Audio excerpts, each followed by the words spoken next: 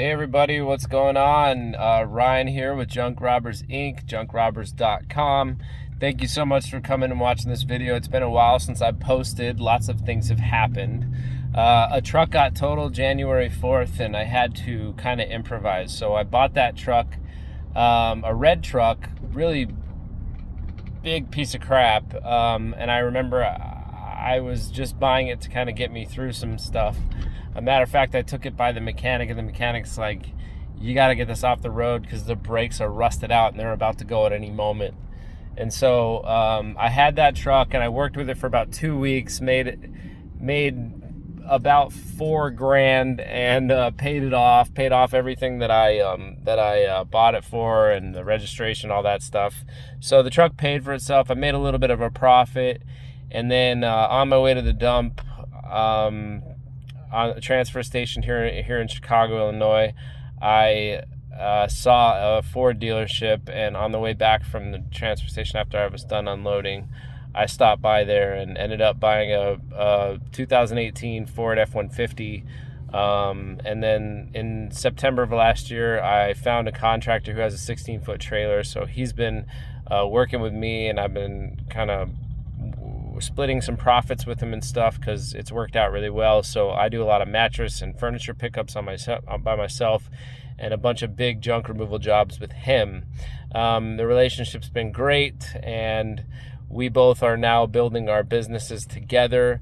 We're staying separate as businesses so that we don't have to get any, be partners or anything or share any of that stuff. But he basically shows up for me and I show up for him, and we both help each other so that we can be partners in building our businesses together, and both having an asset that is our own asset that we can do what we want with. So it's pretty interesting and cool relationship that we got going on, and I recommend it. As if you can find somebody that's easy to work with and stuff like that, then it's pretty good. But I just want to check in here real quick and kind of give a little bit of an update for any of those people that are interested. I know I have some subscribers. I definitely want to add some value to your lives in this video. So I would say if you have a pickup truck right now, or if you are trying to get junk removal jobs currently, I still think that when things are going slow, the best way to do that is Craigslist, to kind of get the ball rolling,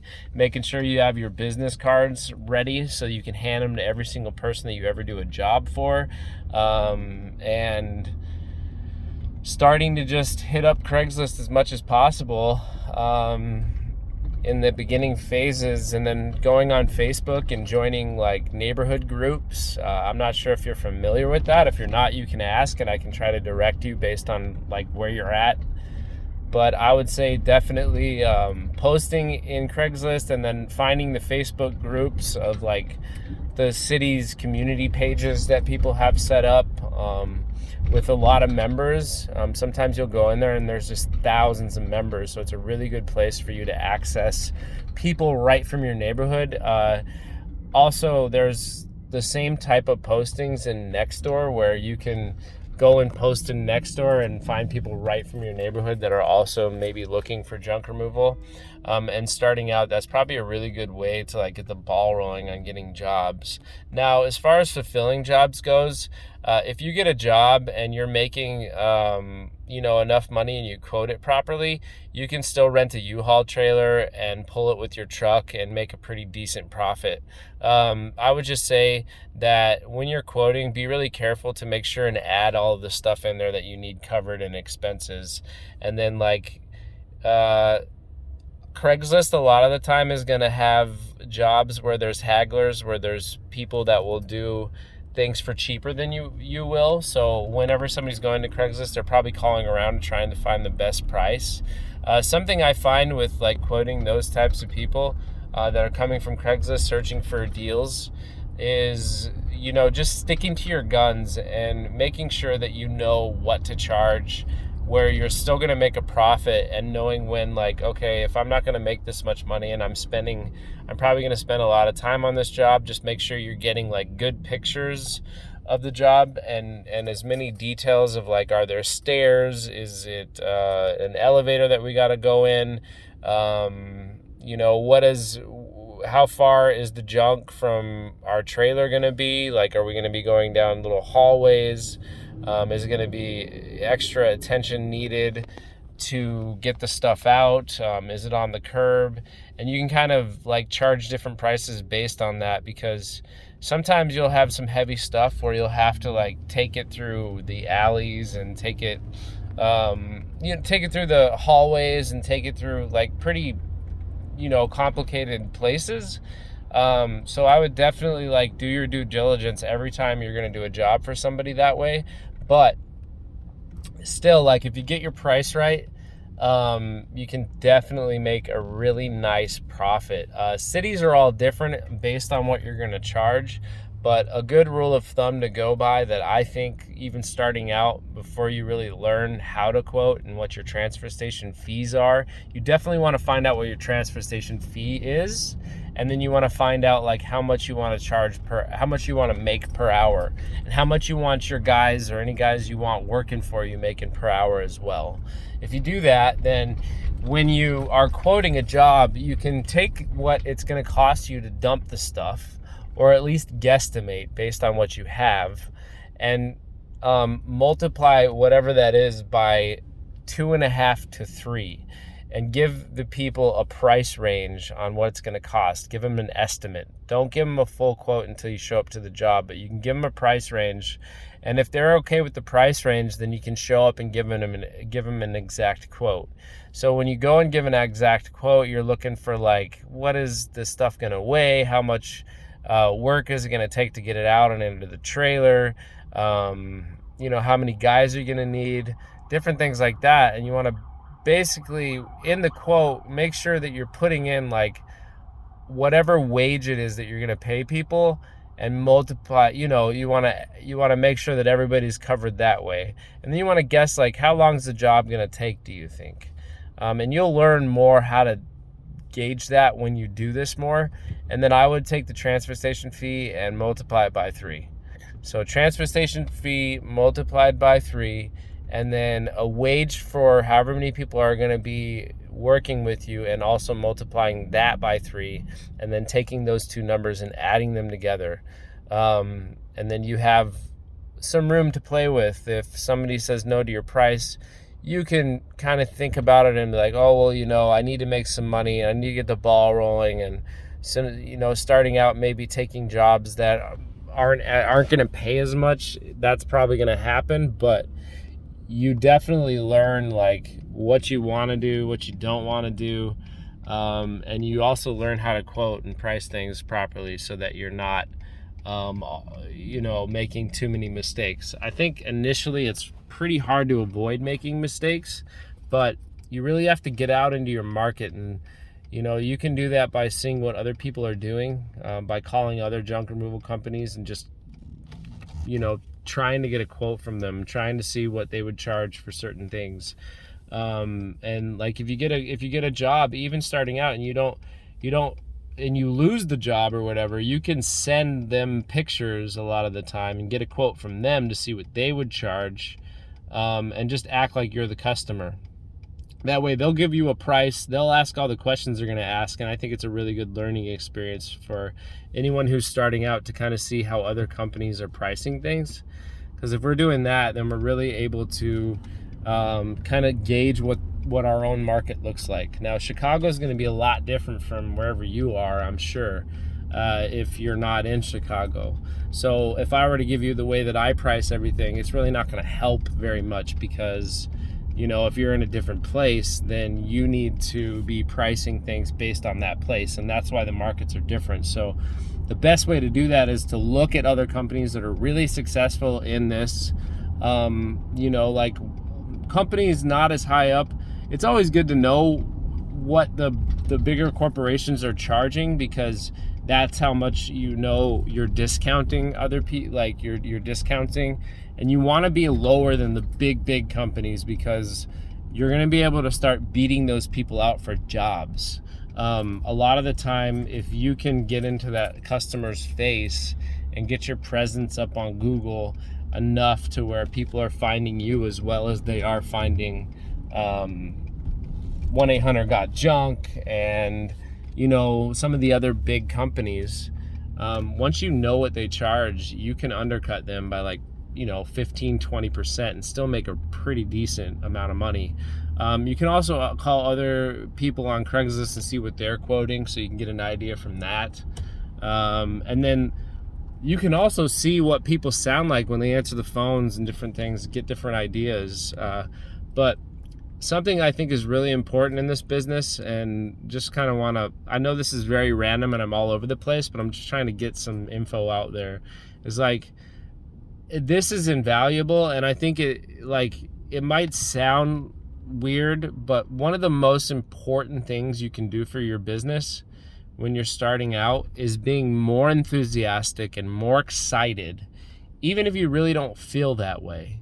But like playing that off to the customer and being genuinely interested in them, and like taking care of them, and making when you show up everything about them, and not talking about your problems, not talking about yourself too much, maybe sharing a little bit here and there to get a conversation going, but mainly just like asking questions and being nice and being really friendly with people and open, and giving them a business card and making sure that they have a really wonderful experience of you as best that you possibly can. Not everybody's going to receive that, but the majority of people do. And when they do, and you hit it off with somebody, they're going to use you again, or they're going to refer you to someone else that will use you. I noticed in my second year here that that's happening a whole bunch. Like, I've had repeat customers that are just so grateful to me, and they're so excited to do business with me because I'm always enthusiastic with them, and I've been able to maintain some pretty good relationships just out of working hard on that alone. I'd say I get a lot of repeat business. I've also heard feedback that like I'm the friendliest person, I'm the best person they've talked to, I'm so thorough, I answer all their questions, I'm really helpful, I try to respond to them right away, and I get a lot of good reviews based on like just customer service alone. And it's really important to people. If you give them a good experience, you're going to be their guy. You're going to be the one that they use for junk removal, and I've even had people that found me on Craigslist that paid me a little like tiny bit of money, and from there, like, they called me back later on after my prices went up, when I really learned what I'm supposed to charge. And I've lost some customers because my prices have gone up, and they've called me and I'm like, well, I don't do it for that much anymore, it's actually this much, because I have more expenses now. I'm buying better equipment to fulfill the jobs, and my company's just it's improving. So I have to charge more money on those things in order to make what I need to make. So they understand that some of the time they understand that, and they approve, and they go with me anyways, even though they got to pay more money. They like the experience of me so much because I'm always trying to be really friendly with people, that they'll choose to do business with me over somebody else that they find on Craigslist that's cheaper, just because they know they're going to have a better experience. And you would be surprised how many times that actually takes place. So really pay attention to that. And then, like, I would say just dive in, make mistakes, like get out there and start doing jobs, show up and like just do your best, and make sure that when you show up, you finish no matter what it takes. Like, earlier on, you might run into some situations where you're like, man, I really messed this up. Like, I'm not making that much money, but fulfill it anyways. You're going to get calls back. People are going to be happy with you. Especially if you fulfill the jobs, and just know that like it's going to come back to you, and go into things with that attitude that no matter like what happens and how many jobs you do that go a little bit wrong, you're always going to be able to make up for it in the future, especially if this is kind of what you want to do and you're building up your business. You would be doing yourself a major service to just be really friendly with everybody that you ever come across. Other than that, like, I would say, yeah, Craigslist, and then Facebook groups, and some, like if you post an ad on Facebook Marketplace and figure out how to do that, that could be really beneficial as well. Nextdoor, and then I would say that's pretty much a really, in order to start getting jobs before you get on Google and you have your website built and you do all those things, is those are going to start getting you really going. And once you have some cash flow coming and you're making some money, you can start to put money into like improving all that other stuff, or you can put time into it, whatever.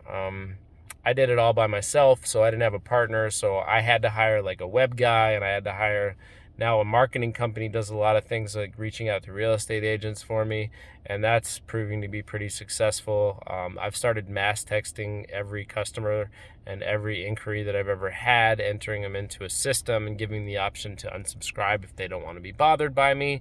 And so definitely having a list is like invaluable. It's huge. It gets the word out. It reminds people about you whenever you contact them, and you can really bring in a lot more repeat business that way. People remember you, people remember your friendly face, your smile, all those things, and they want to do business with you. And just keep bringing in those jobs from Craigslist, keep bringing in those jobs from Nextdoor and Facebook. Keep posting about how you're trying to help out the environment, how you want to eliminate as much junk as possible, and your company searches for ways to bring stuff that will be reused or recycled, because that's a hot button for a lot of people. It's important that we protect our environment. That's a really big thing right now, so people are interested in spending money on that, and I've proven it because a lot of my business was built based off of that. So I would say definitely focus on helping the environment, being really friendly with people, making sure you have business cards so everybody gets one. Even people you're not doing junk removal for, like, hand them out to everyone. Be proud of what you do. Be proud of your business. If you are, it really plays a role in people wanting to do business with you, if you believe it or not. Work on talking to people clearly. Work on being good at customer service and making people happy and wanting to do business with you. It's really that simple, guys. Just once you accumulate enough business over time and you really put in the work in the first year, you're going to be able to make some really incredible things happen. So I went from living in my truck on the street after a breakup to moving into a house with some 20-somethings. And then from moving into the house with some 20-somethings, I found a person, because my credit was so bad, willing to actually keep me on his lease while he was trying to move out, because he was trying to get out of his place a little earlier. So I got an apartment of my own. It was a really tiny little thing, but it was nice and updated. And I lived in that. And then I accumulated enough money to buy myself a 2018 Ford F-150. And make the payments, which are really astronomically high right now because of whatever's going on with the car market. It's crazy. And then I moved into a flat in Chicago in one of the best neighborhoods out here, all in about a year. So it goes to show that, like, you could build this business to financially where you maybe never even imagined before, and it's doing junk removal of all things. And I was trying to be a software engineer, and instead now I get to run this awesome company.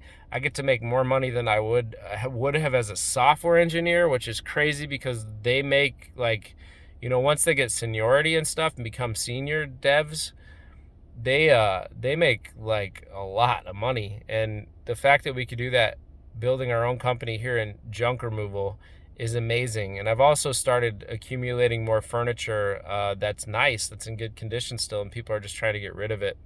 And I resell that stuff, and I'm using the money from the resale to pay my rent.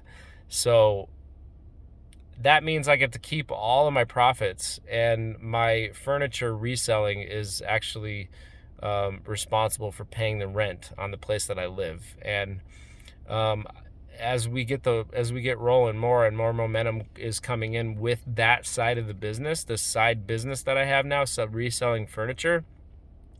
I'm expecting to pay all of my expenses with that money, and also start profiting from it. So there's some small little, hopefully, things that might help you out. This video is super random. They usually are.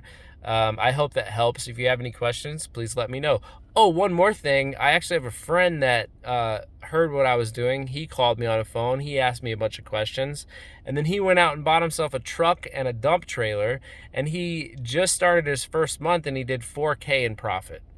In his very first month, doing exactly what I just told you to do. So good luck.